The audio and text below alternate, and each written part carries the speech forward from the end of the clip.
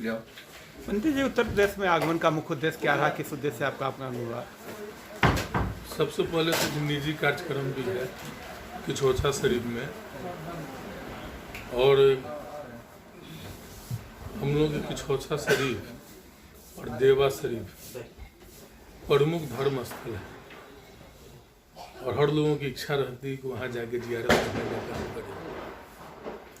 तो इसी मौके पर हम लोग दोनों जगह जियारत भी कर लेंगे।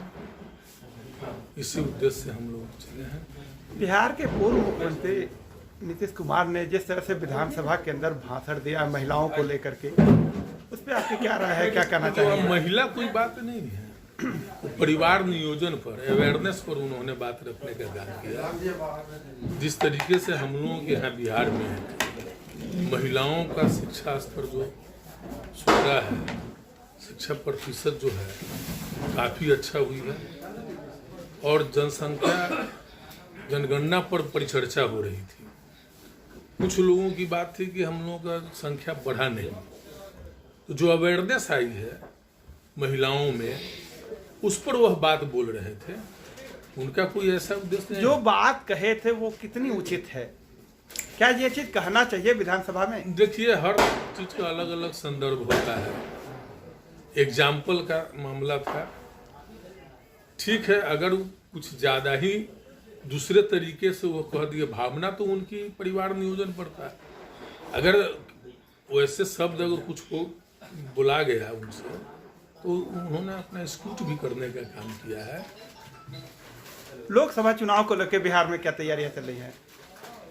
लोकसभा चुनाव में बिहार में ही नहीं, पूरे देश में जिस तरीके से जुमलेबाजी करके भाजपा सरकार लोगों को झांसे में रख करके करोड़ों युवाओं के साथ नाइंसाफी करने का काम किया।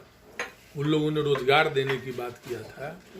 इस देश का करोड़ों युवा रोजगार की चाहत में इनको गद्दी सौंपने का काम किया था, लेकिन ये लोग रोजगार भी नहीं दे पाए, ये लोग महंगाई भी दूर नहीं कर पाए, और जितनी निजी से लेकर के और सरकारी संस्थाएं हैं उनको इन लोगों ने बेचने का काम किया है।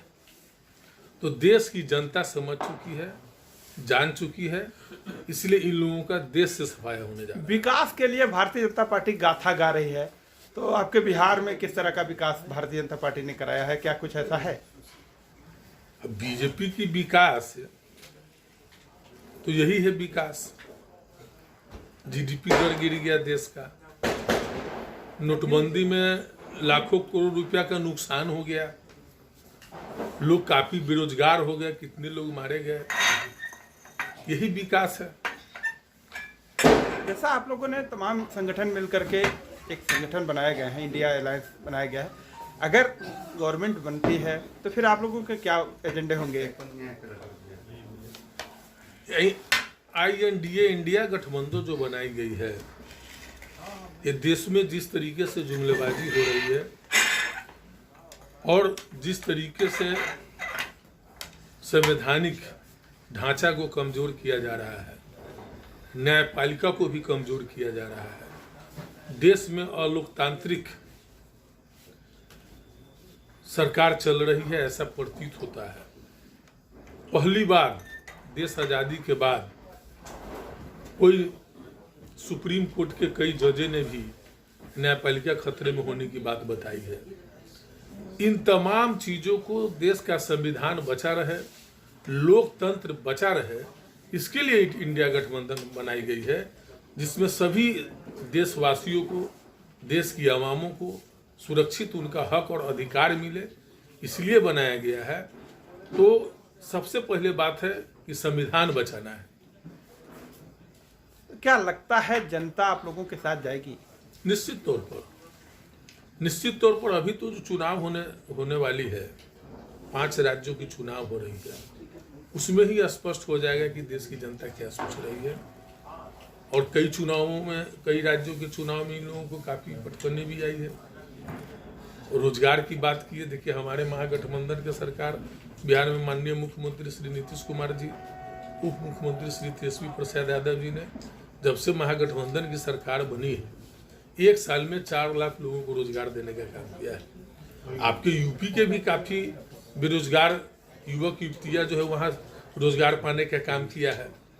तो हम लोग समाजवादी विचारधारा के लोग हैं, हम लोग जो बोलते हैं सो करते हैं।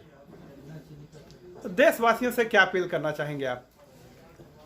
सबसे पहले आपके चैनल के माध्यम से सभी देशवासियों को छठ पर्व की हार्दिक बधाई शुभकामना देते हैं और यह निश्चित तौर पर कहना चाहते हैं कि देश का जो संविधान है और देश की जो आज़ादी में तमाम धर्मों के लोगों ने अपने आहुति देने का काम किया है। सभी वर्गों के लोगों के आहुति के बाद देश आजाद हुआ है। इस मिट्टी में सभी वर्गों का खून लगा हुआ है इसकी आजादी में। इसलिए एक ऐसा लोकतांत्रिक सरकार लाए जो सभी की बात करता हो, सभी धर्मों की बात करता हो, सभी की सुरक्षा की बात करता हो, न्याय के साथ विकास हो, ऐसे हम अपील करना चाहेंगे।